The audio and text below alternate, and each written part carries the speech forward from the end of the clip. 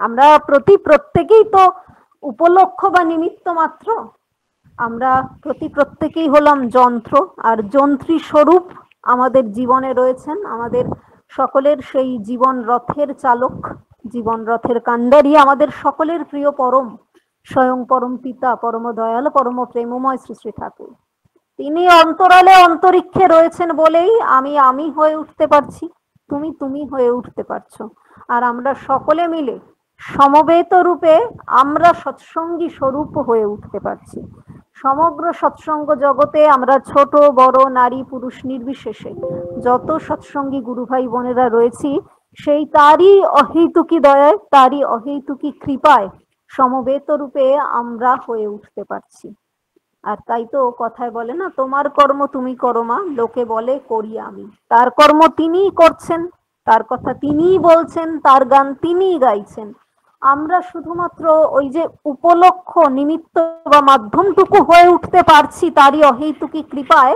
তার মধ্যে দিয়ে আমাদের জীবনগুলো প্রতিনিয়ত, প্রতি মুহূর্তে, প্রতি ক্ষণে ক্ষণে হয়ে উঠছে ধন্য, সার্থক ও কৃতার্থ। আমরা সবাই সকলে মিলে সমবেত রূপে জীবন দিয়ে ধন্য হয়ে উঠছি। আর ঠিক সেই জন্যই তো আরো থেকে আরোতর ভাবে তার হয়ে ওঠা লাগে। সত্যিকারের খাঁটি বাস্তববাদী প্রকৃত ঠাকুরের মানুষ হয়ে ওঠা লাগে। শুধু কথার কথা নয়, সতের সঙ্গ করা প্রকৃত সৎসঙ্গী স্বরূপ হয়ে ওঠা লাগে বলেই আমাদের সকলের প্রিয় পরম স্বয়ং পরম পিতা, পরম দয়াল, পরম প্রেমময় শ্রী শ্রী ঠাকুর তার আলোচনা প্রসঙ্গে গ্রন্থের প্রথম খণ্ডের এক জায়গায় খুব সুন্দরভাবে সর্বাঙ্গ সুন্দর রূপে তাই বলছেন আমাদের সকল সৎসঙ্গীদের উদ্দেশ্যে। অত্যন্ত দরদীয় আবেগমথিত কণ্ঠে বারংবার করে বিশেষভাবে উচ্চারণ তথা ঘোষণা করে তিনি তাই বলছেন যে, আমি তোমাদের জন্য যত কিছু যা কিছুই বলি না কেন, তোমরা স্মরণে রেখো, স্মরণে মননে রেখো, খেয়াল রেখো, আমার সমস্ত কথার সার কথা বা মূল কথাই হলো তোমরা ইষ্ট স্বার্থী হও, ইষ্ট স্বার্থী হয়ে ওঠো সবাই। আর ইষ্ট স্বার্থী যদি হও, জানবে তোমাদের জীবনের যাবতীয় গোলমাল সব কিছু অচিরেই চুকে বুকে যাবে। তার মানে তিনি চাইছেন আমরা ইষ্ট স্বার্থী অর্থাৎ মঙ্গল স্বার্থী হয়ে উঠি। আর এই মঙ্গল স্বার্থী হয়ে ওঠার জন্যই কিন্তু আমার পরম পিতা, আমার পরম দয়াল, পরম প্রেমময় শ্রী শ্রী ঠাকুর প্রদত্ত তার প্রত্যেকটি কথা, আদেশ নির্দেশ, অমোঘ অমীয় বাণী আমার ডে টু ডে লাইফ তথা রোজকার জীবন চলনার মাধ্যমে আমাকে পুঙ্খানুপুঙ্খ রূপে পরিপালন ও পরিপূরণ করে চলতে হবে। আমরা পরম পিতা প্রদত্ত সেই যে পঞ্চমহানীতি, পঞ্চমহাযজ্ঞ পরিপূরণ করে চলার বিন্দুমাত্র হলেও রোজ চেষ্টা করি না, প্রতি প্রত্যহ সেই যে চেষ্টাটুকু করি সম্পূর্ণটাই কিন্তু করি নিজের মঙ্গলের তরে, নিজের পরিবার তথা পারিপার্শ্বিক পরিবেশের কল্যাণের স্বার্থে। আমাদের পরম পিতার রেতবাহী উত্তরসূরি, পরম পিতার চতুর্থ পুরুষ, সবার হৃদয়ের অধীশ্বর, সকলের প্রাণাধিক প্রিয় আমাদের বর্তমান পরম পূজ্যপাদ শ্রী শ্রী আচার্যদেব দাদা তাই বলছেন যে, যা কিছু করছি কোনোটাই কিন্তু ঠাকুরের জন্য করছি না। আপাত দৃষ্টিতে ওপরে ওপরে ভাবছি আমি ঠাকুরের কাজ করছি, ঠাকুরের জন্য করছি, কিছু করছি না। তার জন্য আমরা কেউ কিছুই করছি না, করার সেই ক্ষমতা, যোগ্যতা বা সামর্থ্য কোনোটাই আমাদের নেই। আমরা যা করছি সম্পূর্ণটা নিজের জন্য, নিজের মঙ্গলের তরে, নিজের পরিবার তথা পারিপার্শ্বিক পরিবেশের কল্যাণের স্বার্থে। এই যে প্রতি প্রত্যহ সকাল থেকে রাত অব্দি গাদাগুচ্ছের অনলাইন হোক বা অফলাইন হোক সৎসঙ্গ করে চলেছি, কখনো বা মহতি মাতৃ সম্মেলন করেছি, এখন ডিপি ওয়ার্কের কাজ করছি। আচার্যদেব বলছেন যজন করছি, যাজন করছি, ইষ্টবৃত্তি পরায়ণ হয়ে চলছি, সমস্ত কিছুই প্রতি প্রত্যহ সুন্দর সুচারুভাবে উপযুক্ত প্রকারে করে চলেছি। কিন্তু যদি দিনের শেষে গিয়ে ভাবি ঠাকুর তোমার জন্য করেছি, ঠাকুর তুমি বলেছো তাই তোমার জন্য সমস্তটা করেছি, তাহলে কিন্তু অচিরেই মাঠে মারা যাবে সমস্তটা, তাহলেই কিন্তু সর্বনাশ। ভাবতে হবে পরমপিতা আমি যা করেছি তোমার নির্দেশ অনুযায়ী চলে, তোমায় ভালোবেসে নিজের মঙ্গলের তরে করেছি, নিজের কল্যাণের স্বার্থে করেছি, যেন আমি আরো থেকে আরোতর ভাবে তোমার মনের মতন মানুষ হয়ে উঠতে পারি। সুতরাং আমাদের বর্তমান পরম পূজ্যপাদ শ্রী শ্রী আচার্যদেব দাদা তিনি আমাদের ধরিয়ে দিচ্ছেন, আমাদের শিখিয়ে দিচ্ছেন, বলে বুঝিয়ে দিচ্ছেন যে আমরা আমাদের রোজকার জীবন চলনার মাধ্যমে যতটুকু যা ওই নিষ্কাম ইষ্টকর্ম তথা ইষ্টকার্যের সাথে যোগযুক্ত হয়ে রয়েছি, যতটুকু যে যার সাধ্য মতন ইষ্ট সেবা পরায়ণ হয়ে চলছি, ইষ্ট স্বার্থ প্রতিষ্ঠা পরায়ণ হয়ে চলছি, সমস্তটাই কিন্তু মঙ্গলকে কেন্দ্র করে, মঙ্গল স্বার্থী হয়ে তাকে ঘিরে আরো থেকে আরো তরভাবে প্রকৃত রূপে ঠাকুরের মানুষ হয়ে ওঠার জন্য, নিজের ভালোর জন্য। এইটুকুই হলো মূল কথা বা আমাদের সকলের জীবনের সার কথা। আমরা মানুষ, আমরা সমাজবদ্ধ জীব। পরম পিতার অহৈতুকী দয়া, তারই অহৈতুকী কৃপায় ওই 84 লক্ষ জনি অতিক্রম করে আজকের এই যে সর্বশ্রেষ্ঠ দুর্লভ মনুষ্য জন্মটা লাভ করলাম, এই যে অমূল্য তথা মহামূল্যবান মানব জীবনটা পেলাম, সেই জীবনটা আমরা কিন্তু সম্পূর্ণ স্বার্থপর রূপে শুধু নিজেদের তরেই কাটাচ্ছিলাম, নিজেদের জন্য এই জীবনটাকে উপভোগ করছিলাম বা অতিবাহিত করে চলেছিলাম। কিন্তু যখনই পরম পিতার সাথে, আমার ইষ্টের সাথে, আমার মঙ্গলের সাথে আমি যোগযুক্ত হলাম, তখনই কিন্তু নিজের মঙ্গল তো হলোই, তার পাশাপাশি আমি আমার নিজের অজ্ঞাতসারে, নিজের অজান্তে অচিরে অপরের মঙ্গলের সাথেও কোথাও না কোথাও যোগযুক্ত হয়ে গেলাম। আমি কিন্তু অপরের মঙ্গলের স্বার্থেও যোগযুক্ত হয়ে গেছি। তাই তো আমার প্রিয় পরম স্বয়ং পরম পিতা, পরম দয়াল, পরম প্রেমময় শ্রী ঠাকুর তিনি আমাদের শেখালেন, তার শ্রীহস্ত লিখিত পবিত্র আকর গ্রন্থ সত্যানুসরণে আমাদের সকলের জন্যই বিশেষভাবে দৃপ্ত কণ্ঠে উচ্চারণ তথা ঘোষণা করে বললেন যে অপরের মঙ্গল কামনাই নিজ মঙ্গলের প্রসূতি। আবার শ্রী শ্রী ঠাকুর তিনি কি বললেন, তিনি পুনরায় তার শ্রীমুখ নিঃসৃত পবিত্র বাণী সংকলন অনুশ্রুতি প্রথম খণ্ড গ্রন্থের ব্যবহার অধ্যায়ে তার অমোঘনীয় বাণী প্রদান করে আমাদের জন্যই বিশেষভাবে বলছেন যে ব্যবহার সব সুষ্ঠু রেখো, তুষ্টি দিও অন্তরে, আধারগুলি বিদায় দিও অন্ধকারের কন্দরে। কি সুন্দর, কি অপূর্ব, কি অসাধারণ খাঁটি মহামূল্যবান কথা আমার পরম পিতার। আমার পরম পিতা আমাদের সকলকে বুঝিয়ে দিলেন যে আমার জীবনটা দিনের শেষে আমার নিজের হলেও আমাকে বাঁচতে হবে কিন্তু অপরের সাথেই, অপরের মঙ্গলের তরে, অপরের কল্যাণের স্বার্থে। কারণ অপরকে বাদ দিয়ে আমি আমার নিজেরও হয়ে উঠতে পারবো না। তাই তো আমার পরম পিতা, পরম দয়াল, পরম প্রেমময় শ্রী শ্রী ঠাকুর এক সময় তিনি আমাদের দেওঘর পুণ্যধাম ঠাকুর বাড়িতে পার্লারে তার শ্বেত শুভ্র আসনে বিরাজমান, সামনে অগণিত ভক্তমণ্ডলী উপস্থিত ভক্তবৃন্দের সম্মুখেই তিনি ওই কথা প্রসঙ্গে তথা আলোচনা প্রসঙ্গে বলছেন যে আমরা হাজারো চেষ্টা করি, জন্ম জন্মান্তর ধরে সাধনা করে চলি, তথাপি একা একা কেউ বাঁচতে পারবো না, কেউ জীবনে ভালো থাকতে পারবো না, খুশি থাকতে পারবো না, সুখী হতে পারবো না। ওই যে আমি কই না যে আমি এই সমগ্র সৎসঙ্গ জগতের সৃষ্টিকর্তা, ওই পরম পিতার দয়া এই সমগ্র সৎসঙ্গ জগৎ, এই ম্যান মেকিং ইনস্টিটিউশনটারে সৃষ্টি করছি, সংগঠন করছি তথা প্রতিষ্ঠা করছি। তার মূল লক্ষ্য উদ্দেশ্যই হলো ওই বিইং এন্ড বিকামিং, অর্থাৎ বাঁচা বাড়া। আর সেই বাঁচা বাড়া তথা জীবন বৃদ্ধির পথে ক্রমশ দুর্বার গতিতে সমবেত রূপে তোমরা যদি ধাবিত তথা অগ্রসর হতে চাও, তাহলে কিন্তু সকলকে নিয়েই চলতে হবে, একা একা কিন্তু সেই পথে চলতে পারবা না।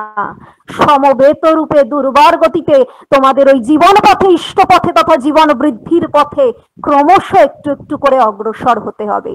ঠিক সেই জন্যই কিন্তু আমার পরম পিতা, পরম দয়াল, পরম প্রেমময় শ্রী ঠাকুর বলছেন যে অপরকে নিয়েই যখন চলতে হবে, সারা জীবন যখন সবাইকে সাথে করে নিয়ে সমবেত ভাবে এগিয়ে চলতে হবে বা অগ্রসর হতে হবে, তখন সকলের সাথে কেন ব্যবহারটা আমি একটু সুষ্ঠু সুন্দর রাখার চেষ্টা করি না? কেন আমি সেই সর্বাঙ্গ সুন্দর, মিষ্টি মধুর, সৌন্দর্যপূর্ণ মানুষটা হয়ে উঠি না, যে মানুষটার আন্তরিকতায়, আপ্রাণতায়, ভালোবাসায়, প্রেমে যেন মানুষ তার অন্তরে একটু তুষ্টি, একটু তৃপ্তি, একটু শান্তি, একটু সুখ অনুভব করতে পারে। তাই তো শ্রী শ্রী ঠাকুর বললেন ব্যবহার সব সুষ্ঠু রেখো, তুষ্টি দিও অন্তরে। সুতরাং আমাদের প্রত্যেককে সেই স্নিগ্ধ, শান্ত, সুমিষ্ট, সুমধুর, সৌন্দর্যপূর্ণ, সর্বাঙ্গ সুন্দর ব্যবহারের অধিকারী বা অধিকারিণী হয়ে উঠতে হবে, যেন আমার ওই অন্তর উৎসারিত প্রকৃত শ্রদ্ধা, নিষ্ঠা, প্রেম, প্রীতি, ভক্তি ও ভালোবাসার মধ্য দিয়ে মানুষের অন্তরের অন্তঃস্থলে কোথাও না কোথাও একটু শান্তির জায়গা তৈরি হয়, একটু তৃপ্তি, একটু স্বস্তি, একটু সুখ ও আনন্দের জায়গা তৈরি হয়। মানুষের অন্তরে ওই মধুর ব্যবহারটুকুর মধ্য দিয়েই আমি যেন এক অমর, এক অক্ষয় স্থান অনন্তকাল ধরে লাভ করতে পারি।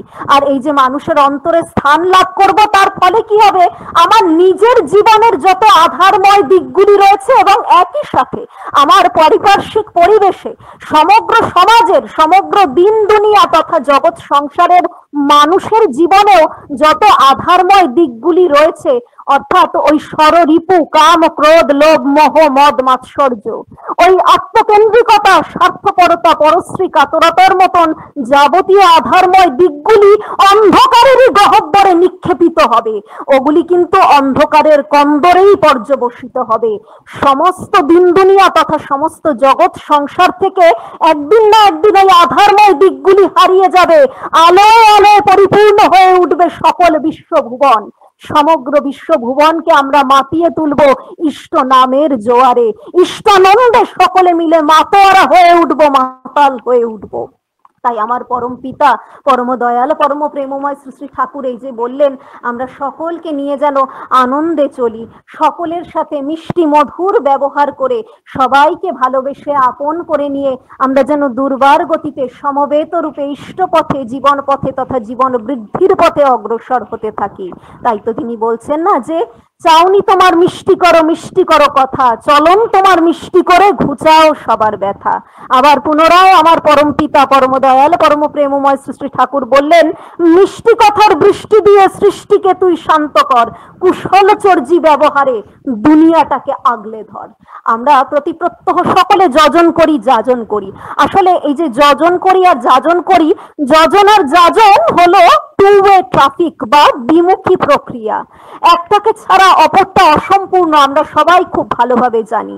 আর যজন এবং যাজন একে অপরের পরিপূরক বলেই কিন্তু আমার পরম পিতা, পরম দয়াল, পরম প্রেমময় শ্রী শ্রী ঠাকুরও তাই বললেন যে, যজন বিনা যাজন আর দুধ বিনা মাখন একই কথা। সুতরাং এই যে এত কিছু করছি, প্রতি প্রত্যহ যজন করছি, যাজন করছি, ইষ্টভৃতি পরায়ণ হয়ে চলার চেষ্টা করছি, স্বস্তায়নী ব্রতধারী ও সদাচার ব্রত পরায়ণ হয়ে চলার চেষ্টা করছি, মনে প্রাণে সাধ্য মতন প্রচেষ্টা চালিয়ে যাচ্ছি, যেন একটা সফল, সার্থক, সর্বাঙ্গ সুন্দর, ইষ্টময় তথা মঙ্গলময় জীবনের অধিকারী হয়ে উঠি। যদি সত্যি সত্যি তেমনতর জীবন লাভ করতে চাই, তাহলে কিন্তু আমাকে নিয়মিতভাবে নাম ধ্যান পরায়ণ এবং ওই ইষ্টভৃতি পরায়ণ হয়েই চলতে হবে। এছাড়াও সুন্দর সুচারু রূপে উপযুক্ত প্রকারে আমাকে ইষ্ট নির্দেশ তথা আচার্য নির্দেশ জীবন দিয়ে পরিপূরণ করে চলতে হবে। কারণ আমরা সকলেই তো শিখেছি, ইষ্ট লাগি কর্ম করা সেই তো হলো পুণ্যে ভরা। উষা নিশয় মন্ত্র সাধন, চলাফেরায় জপ, যথাসভা ইষ্ট নির্দেশ মূর্ত করাই তপ। আমাদের সকলের প্রিয় পরম, স্বয়ং পরম পিতা, পরম দয়াল, পরম প্রেমময় শ্রী শ্রী ঠাকুর আমাদের সকল সৎসঙ্গী গুরু ভাই বোনেদের জন্যই বারংবার করে বলে গেলেন না যে বলায় কম কাজে বেশি, সেই হচ্ছে প্রথম শ্রেণীর কর্মী। অনন্তকাল ধরে সাধনা করলেও, জন্ম জন্মান্তর ধরে সাধনা করলেও সেই প্রথম শ্রেণীর কর্মীটা হয়ে আমি আমার পরম পিতার স্বপ্ন পরিপূরণ করতে পারবো কিনা জানি না। জীবন দিয়ে আমার প্রতি তার যে গভীর আস্থা, বিশ্বাস, ভরসা ও ভালোবাসা, সেই ভালোবাসার আমি আদৌ মান রাখতে পারবো কিনা জানি না। কিন্তু অন্তরে কোথাও না কোথাও একটা সুপ্ত বাসনা প্রতি প্রত্যেকে পোষণ করে চলি, প্রতি প্রত্যেকে এই স্বপ্নটা মনের মধ্যে পোষণ করে চলি যে আমি আমার ঠাকুরের মঙ্গল ইচ্ছানুযায়ী, তার আদেশ নির্দেশ অনুযায়ী ওই প্রথম শ্রেণীর কর্মীটাই হয়ে উঠবো। পারি না পারি, জীবন দিয়ে চেষ্টাটুকু অন্তত করব। দিনের শেষে আমার প্রিয় পরম পিতা, পরম দয়াল, পরম প্রেমময় শ্রী শ্রী ঠাকুরের আসনের সামনে দাঁড়িয়ে বলবো, আমার আচার্যদেবের সামনে দাঁড়িয়ে বলবো, আমি চেষ্টা করেছি ঠাকুর, পেরেছি কিনা, সফল হয়েছি কিনা তা তো জানি না, তা তো বলবে তুমি, তা তো বলবেন আমার আচার্যদেব, কিন্তু আমি চেষ্টা করেছি।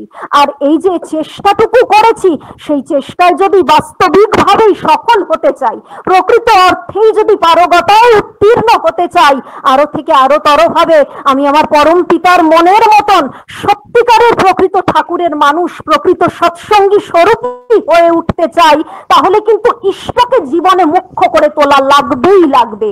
এর দ্বিতীয় কোনো বিকল্প পথ নাই, এর কোনো ব্যতিক্রম নাই। পরম পিতার জ্যেষ্ঠ আত্মজ আমাদের পরম পূজ্যপাদ শ্রী শ্রী পিতৃদেব শ্রী শ্রী বরদাতাই যখন নরদেহে লীলা করছেন তখন বারংবার করে বলে গেছেন যে ইষ্টকে জীবনে মুখ্য করে তোলা লাগে।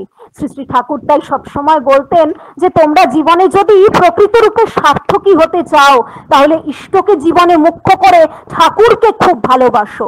তোমার দেহের প্রতিটি অংশ, শরীরের প্রতিটি কোষ, প্রতিটি অনুপরমাণু ইষ্টের রঙে রাঙিয়ে তোলো, ইষ্টানুরাগে রঞ্জিত হয়ে ওঠো। তখন দেখবে কেমন করে পরম পিতা তোমাদের দিয়ে অসাধ্য সাধন করিয়ে নেন, অসম্ভব সম্ভব করিয়ে তোলেন।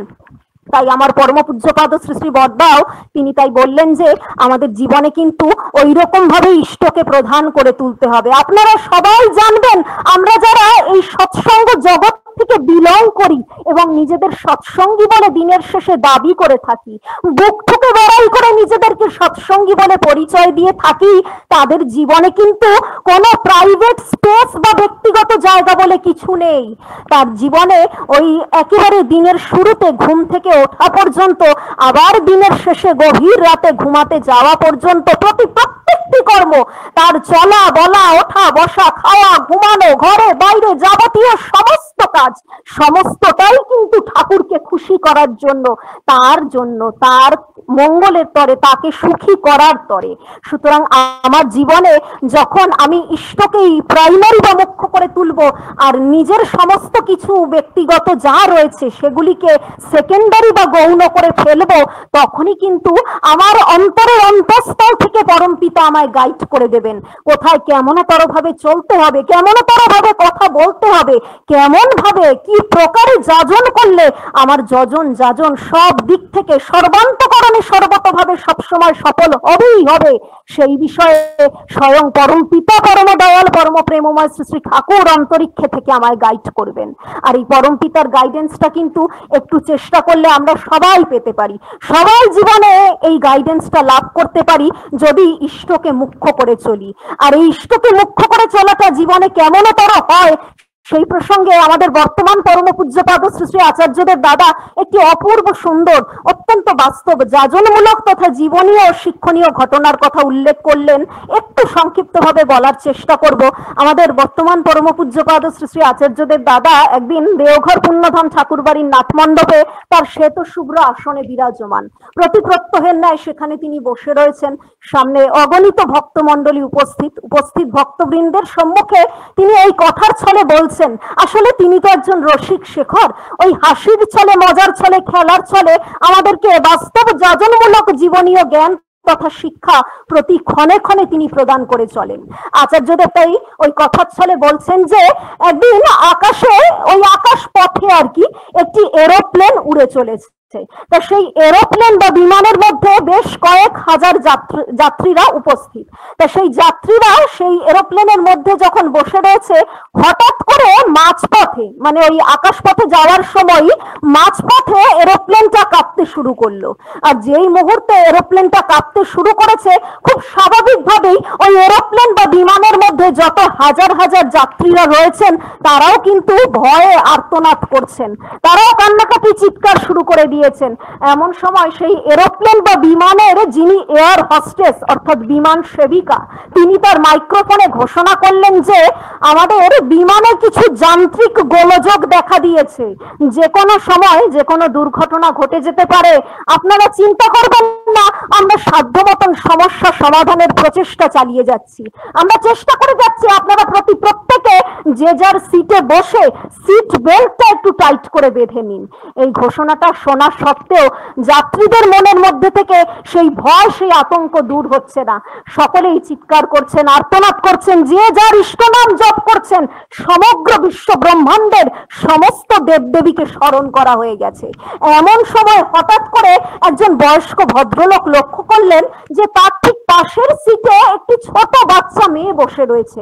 সেই বাচ্চা মেয়েটির কোনো দিকে কোনো ভ্রুক্ষেপ নেই, সে একেবারে নির্বিকার, নিশ্চিন্ত, নির্বিঘ্নে সে তার মোবাইলে ভিডিও গেম খেলে চলেছে।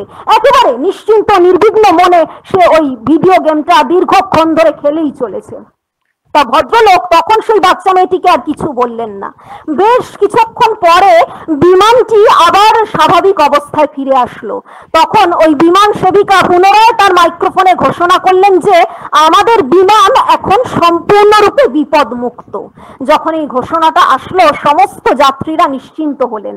ঠিক সেই সময় ওই বয়স্ক ভদ্রলোক তার ঠিক পাশের সিটে বসা ওই ছোট্ট বাচ্চা মেয়েটির উদ্দেশ্যে প্রশ্ন করলেন যে এই মেয়ে, আমাদের বিমান এত বড় একটা বিপদের মধ্যে পড়েছিল, এত সব যান্ত্রিক গোলযোগ দেখা দিল, আমরা ভয়ে আতঙ্কে চিৎকার করছিলাম, আর্তনাদ করে উঠছিলাম, তোমার একটুও ভয় করছিল না? তুমি নিশ্চিন্ত নির্বিঘ্ন মনে তোমার ওই মোবাইলের মধ্যে ভিডিও গেম খেলে চলেছিলে, তোমার কি একটুও ভয় হলো না? আমরা তো মরেও যেতে পারতাম।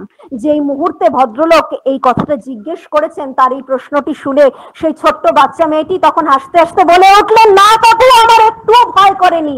কেন ভয় করেনি জানেন?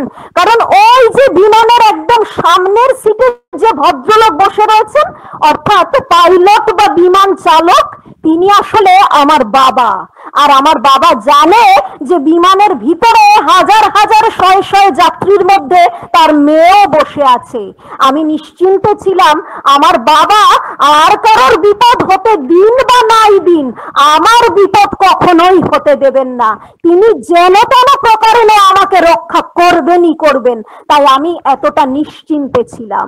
আমাদের আচার্যদেব এই ছোট্ট এই সুন্দর মিষ্টি মধুর গল্পটি শোনানোর পরে উপস্থিত ভক্তমণ্ডলীর উদ্দেশ্যে প্রশ্ন রাখলেন, তাহলে আমাদের জীবনে ওই রকম একজন বাবা আছেন তো? আমার জীবন গাড়ির স্টিয়ারিংটা আমার জীবন রথের চালক রূপে আমি সেই রকম একজন বাবা বা পরম পিতার হাতে প্রকৃত রূপে অর্পণ করতে পেরেছি তো? তাকে জীবনে কিন্তু শুধুমাত্র পেলেই হলো না, আমি সৎ নামে সৎ দীক্ষা গ্রহণ করার মাধ্যমে শুধুমাত্র তাকে পেলেই কিন্তু আমার চলবে না। যখন পেয়েছি আমি আমার প্রিয় পরম স্বয়ং পরম পিতা পরম দয়াল পরম প্রেমময় যুগ পুরুষোত্তম শ্রী শ্রী ঠাকুর অনুকূল চন্দ্রকে, তখন তার প্রতি প্রত্যেকটি কথা আমাকে জীবন দিয়ে পুঙ্খানুপুঙ্খ রূপে পরিপালন ও পরিপূরণ করে চলতে হবে। আজকের এই 21st সেঞ্চুরিতে দাঁড়িয়ে এই ঘোরতর কলি যুগের সর্বশেষ কল্কিরূপী অবতারী মহাপুরুষ, সব থেকে এক্সেপশনাল তথা ব্যতিক্রমী মহাপুরুষ যুগ পুরুষোত্তম শ্রী শ্রী ঠাকুর অনুকূল চন্দ্র, আমার সেই পরম পিতা পরম দয়াল পরম প্রেমময় শ্রী শ্রী ঠাকুরের প্রতি প্রত্যেকটি কথা আদেশ নির্দেশ অমোঘনীয় বাণী পুঙ্খানুপুঙ্খ রূপে আমার প্রতি প্রত্যহ প্রতিনিয়ত প্রতি মুহূর্তে প্রতি ক্ষণে ক্ষণে সুন্দরভাবে সুচারুরূপে উপযুক্ত প্রকারে পরিপালন ও পরিপূরণ করে চলতে হবে। আচার্যদেব তাই হাসতে হাসতে বলছিলেন, যখন একদম ছোট ছিলাম সেই ছোট বয়সে বাবা মায়ের সাথে যখন কোনো ভিড় জায়গায় যেতাম, কোনো মেলা বা আনন্দ উৎসব অনুষ্ঠানে যেতাম, তখন বাবা মায়ের হাতটা শক্ত করে আঁকড়ে ধরে থাকতাম। কখনো বাবা আমাকে বলতো, আবার কখনো মা আমাকে বলতো, হাত কিন্তু ছাড়বি না বাবাই, শক্ত করে ধরে থাকবি, এখানে কিন্তু ছেলে ধরা রয়েছে, তুলে নিয়ে যেতে পারে। আচার্যদেব বলছেন, যখন বাবা মায়ের মুখ থেকে এই কথাটা শুনতাম না, আরো শক্ত করে তাদের হাতটা আঁকড়ে ধরে থাকতাম। এই কারণে নয় যে আমি মনে মনে ভয় পেতাম কেউ আমাকে তুলে নিয়ে চলে যাবে, এই কারণে হাতটা আঁকড়ে ধরতাম, কারণ আমার মনে হতো সত্যি যদি কেউ তুলে নিয়ে চলে যায় সারা জীবন তো আর বাবা মাকে দেখতে পাবো না, তাদের কাছে ফিরেও আসতে পারবো না। ওই ভালোবাসার টানেই আমি তাদের হাতটা আরো শক্ত করে আঁকড়ে ধরতাম। তাই আচার্যদেব বলছেন, জীবনে আমরা ঠাকুরকে কেন্দ্র করে যা কিছু করি না কেন কোনোটাই কিন্তু ভয় পেয়ে নয়, যেন তাকে ভালোবেসে করার চেষ্টা করি। তাই তো পরম পিতা পরম দয়াল পরম প্রেমময় শ্রী শ্রী ঠাকুর বললেন না, তার ভৎসনার ভয় রাখার চেয়ে ভালোবাসার ভয় রাখাই ভালো। আমি যদি অন্যায় করি তবে তার প্রাণে ব্যথা লাগবে। আমরা প্রতিনিয়ত প্রতি মুহূর্তে প্রতি ক্ষণে ক্ষণে শুধু ঠাকুর ঠাকুর করে চলি। এই যে এত ঠাকুর ঠাকুর করছি, তার পিছনে তার অন্তরালে দেখবেন কোথাও না কোথাও একটা সুপ্ত ভয় সুপ্ত আশঙ্কা কাজ করে। মনে হয় কান থেকে চুন খসলেই বুঝি আমার ঠাকুর আমায় কড়া হাতে শাস্তি দেবেন, বুঝি আমার মহা পাপ হয়ে যাবে। কিন্তু এটা তো কখনো ভাবি না, আমি যদি ভুল পথে চলে অন্যায় করি আমার ঠাকুর কতখানি মনে ব্যথা পাবেন, কতখানি প্রাণে কষ্ট পাবেন। কেন দেব তাকে আমি কষ্ট, যদি আমি সত্যি তার প্রকৃত সন্তান হই, সত্যি সত্যি যদি তাকে আমি ভালোবেসেই থাকি। সুতরাং ভয় পেয়ে নয়, তার জন্য যা কিছু করব আমরা সমস্তটা কিন্তু ভালোবেসে করব, নিজের মঙ্গলের তরে, নিজের পরিবার তথা পারিপার্শ্বিক পরিবেশের কল্যাণের স্বার্থে। আর এখন আমরা প্রত্যেকটি সৎসঙ্গী গুরু ভাই বোন খুব ভালোভাবে অবগত আছি, আমরা সবাই খুব ভালোভাবে জানি যে এখন আমাদের সামনে ওই সর্বপ্রধান ইষ্ট নির্দেশ তথা আচার্য নির্দেশই হচ্ছে এই কোড আনকোড ডিপি ওয়ার্কস। এই ডিপি ওয়ার্কস এর কাজে আমরা আরো থেকে আরোতর ভাবে অধিক থেকে অধিকতর পরিমাণে যোগযুক্ত হব। এই ইষ্ট কার্যে তথা ইষ্ট সেবায় নিজেদের নিয়োজিত করে আমরা কিন্তু ভালো থাকবো, নিজেরা ভালো থেকে ঠাকুরকে ভালো রাখবো, আচার্যদেবকে ভালো রাখবো, আমাদের পরম পিতার পঞ্চম পুরুষ সবার অত্যন্ত প্রিয় পরম প্রিয় পূজনীয় অবিন দাদাকে কিছুটা হলেও মানসিক শান্তি প্রদান করব, তাদের শান্তি স্বস্তি তুষ্টি ও পুষ্টি বিধান করে চলবো। আজকে দেখুন আমাদের সমগ্র ঠাকুর পরিবার, বিশেষত আমাদের পরম প্রিয় পূজনীয় অবিন দাদা সমগ্র বিশ্বব্যাপী সারাটা পৃথিবী জুড়ে শুধু দিক বিদিকে ছুটে ছুটে চলেছেন এই ডিপি ওয়ার্কের কাজ নিয়ে। সেটা কিসের জন্য, কেন করছেন? আজকে যদি এই ডিপি ওয়ার্কের কাজ সুন্দরভাবে সুসম্পন্ন হয়, আমার ঠাকুর পরিবার বা আচার্যদেবের কিছু যাবে আসবে না, আমাদের পরম প্রিয় পূজনীয় অবিন দাদারও কিছু যাবে আসবে না, কিন্তু আমার পরিবারটা বাঁচবে, আমার পারিপার্শ্বিক পরিবেশটা বাঁচবে, আমি বাঁচবো, আমরা ভালো থাকবো। সুতরাং তারা যখন আমাদের মঙ্গলের চিন্তায়, আমাদের কল্যাণের ভাবনা এতটা ভাবিত, সেখানে আমরা নিজেরা নিজেদের ব্যক্তিগত মঙ্গলের তরে, নিজেদের পরিবার তথা পারিপার্শ্বিক পরিবেশের কল্যাণের স্বার্থে কেন আরো বেশি করে এই মহান ইষ্ট কর্মযজ্ঞে সামিল হব না? কেন আরো বেশি করে এই মহান ইষ্ট কাজের সাথে যোগযুক্ত হয়ে চলবো না? প্রকৃতপক্ষে এই ডিপি ওয়ার্ক তো আমার সেলফ ইভ্যালুয়েশন, আমার আত্মমূল্যায়ন, আত্মবিচার বিশ্লেষণ তথা আত্মসমীক্ষার কাজ। সুতরাং এই কাজ তো আমাকে করতেই হবে। আর এই কাজ করতে গিয়ে কত মানুষের যে কত অফুরন্ত আশীর্বাদ ও ভালোবাসা আমরা পাচ্ছি, নিত্যদিন নিত্য নূতন সম্পর্কের বন্ধনে আবদ্ধ হচ্ছি, তা তো আর বলার অপেক্ষাই রাখে না। একেবারে সবশেষে আমি এই ডিপি ওয়ার্ক সংক্রান্ত অতি সম্প্রতি আমার একটি অতি বাস্তব ঘটনার কথা উল্লেখ করে আমরা আজকের এই সংক্ষিপ্ত বক্তব্য তথা ইষ্টচর্চা এখানেই ইতি টানবো। অতি সম্প্রতি আমার ডিপি ওয়ার্ক করতে গিয়ে এই খুব সুন্দর একটি অপূর্ব বাস্তব যাজনমূলক জীবনীয় তথা শিক্ষণীয় অভিজ্ঞতা হয়েছে। একদম ছোট্ট করে উল্লেখ করে আমি আমার আজকের ইষ্টচর্চা এখানেই শেষ করব। আমি কলকাতার যে অঞ্চলটায় থাকি, নাকতলা অঞ্চল, আমাদের স্থানীয় মন্দির নাকতলা সৎসঙ্গ বিহার। আমাদের স্থানীয় মন্দিরের পক্ষ থেকে সকল শ্রদ্ধেয় ইষ্টপ্রাণা ভক্তিমতী মায়েরা আমরা নিত্যদিন এই ডিপি ওয়ার্কের কাজে সাধ্য মতন বেরোনোর চেষ্টা করি। সবাই যতটুকু সম্ভব আমরা এই ডিপি ওয়ার্কের কাজ করছি এবং নাকতলা অঞ্চলে ডিপি ওয়ার্কের প্রোগ্রেসও খুব ভালো, আচার্যদেব অত্যন্ত খুশি হয়েছেন। তাই ডিপি ওয়ার্কের কাজ করতে গিয়ে আমরা একটি বাড়িতে গিয়ে উপস্থিত হই। প্রায় 1.5 থেকে 2 ঘন্টা খোঁজার পরে অবশেষে যখন সেই বাড়িতে গিয়ে আমরা উপস্থিত হই, আগে দাদা আর 2 মিনিটে শেষ করছি, তখন আমরা জানতে পারি যে সেই বাড়ির যিনি মা, তিনি দীর্ঘদিন যাবৎ ক্যান্সারের মতন একটি দুরারোগ্য ব্যাধিতে আক্রান্ত। তার ব্রেন টিউমার হয়েছে, সেই দুরারোগ্য ক্যান্সারের ব্যাধিতে তিনি আক্রান্ত। এবং তিনি বলছেন যে আমি প্রায় 20 থেকে 25 বছর আগে শ্রী শ্রী ঠাকুরের সৎ নামে সৎ দীক্ষা গ্রহণ করেছিলাম। মাত্র কিছুদিন আমি যাবতীয় নিয়ম নীতি পরিপালন করেছি, কিন্তু তারপরে সর্বস্ব ছেড়ে দিয়েছি। অথচ আজকে যখন আমি ক্যান্সারে আক্রান্ত, আমি কিন্তু আস্তে আস্তে রিকভার করছি, ভালো হচ্ছি। তার মানে কিছু না করা সত্ত্বেও ঠাকুরের দয়া, তার কৃপা কিন্তু আমি পাচ্ছি, সেখান থেকে বঞ্চিত হচ্ছি না। আমরাও মন্ত্রমুগ্ধের মতন শ্রবণ করলাম, আমাদের চোখেও জল এসে গেল। আমরা তাই তাকে বললাম, সেই শ্রদ্ধা মাটিকে বললাম যে আপনি নিজেই যখন এটা রিয়েলাইজ করেছেন, এই উপলব্ধি বা অনুভূতিটা আপনার মধ্যে যখন এসেছে, কিছু না করেই তার কৃপা আপনি পাচ্ছেন, তাহলে এবার প্রকৃত রূপে করার চেষ্টা করুন। কারণ তিনি তো আমাদের শিখিয়েছেন করাই পাওয়ার জননী, না করে যে পেতে চায় দুঃখ তার পিছে থায়। এই বলে আমরা সেই বাড়ি থেকে যখন বেরিয়ে আসছি, মাটি আমাদের সামনে দাঁড়িয়ে তৎক্ষণাৎ ইষ্টবৃত্তি শুরু করলেন এবং তখন থেকে এখনো পর্যন্ত নিয়মিতভাবে তিনি কিন্তু ইষ্টবৃত্তি করে চলেছেন। সুতরাং এই ডিপি ওয়ার্ক করতে গিয়ে আমাদের এটাই সব থেকে বড় রিয়েলাইজেশন যে আজকে যদি পরম প্রিয় পূজনীয় অবিন দাদা এই ডিপি ওয়ার্কের কাজটা না আনতেন, এই পরিবারগুলি, এই মানুষগুলি কোথায় ভেসে যেত, কোথায় হারিয়ে যেত।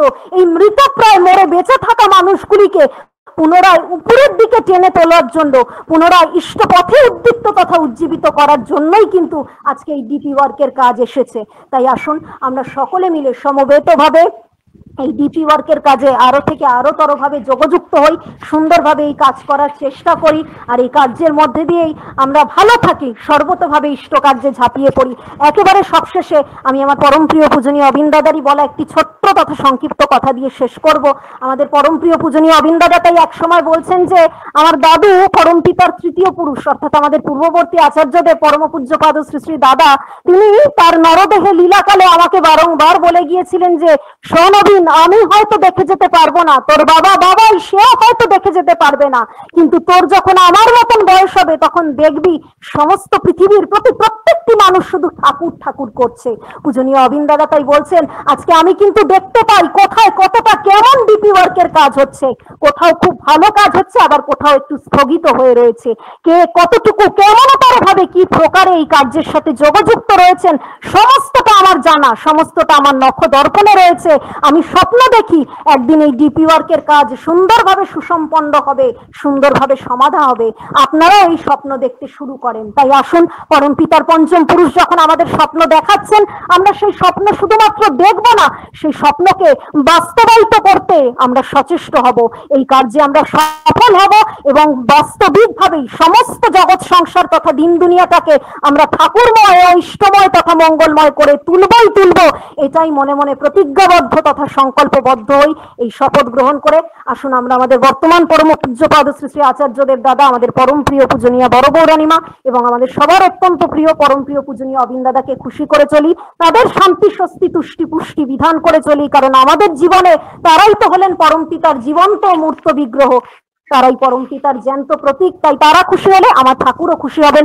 আসুন নিজেরা ঠাকুরের মানুষ হই, অপরকে ঠাকুরের মানুষ করে তুলে সমবেত রূপে ইষ্টপথে উদ্দীপ্ত তথা উজ্জীবিত হয়ে আজকের এই শুভ সুন্দর মহাপবিত্রতম দিনের মহাপবিত্রতম ক্ষণে আয়োজিত এই মহতি লিঙ্কের মহতি সৎসঙ্গ অনুষ্ঠানে আসুন আমরা আমাদের সকলের প্রিয় পরম স্বয়ং পরম পিতা পরম দয়াল পরম প্রেমময় শ্রী শ্রী ঠাকুরের ভাষাতে তার উদ্দেশ্যেই বারংবার করে সকল সৎসঙ্গী গুরু ভাই বোনেরা মিলে সমবেত ভাবে দৃপ্ত কণ্ঠে এক বাক্যে এক ভাষায় এক স্বরে ভীষণ ভাবে বলে উঠি যে প্রশ্ন আমার আসতে যাও গ্রহক যুক্তি সরে, তোমার ব্রত করব পালন মরণ স্তব্ধ করে।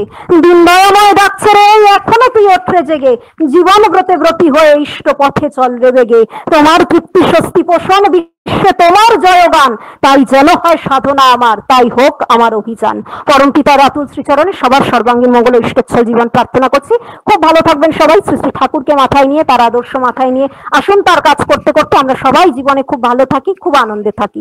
জয় গুরু সবাইকে, বন্দে পুরুষোত্তম। জয় গুরু মা, জয় গুরু।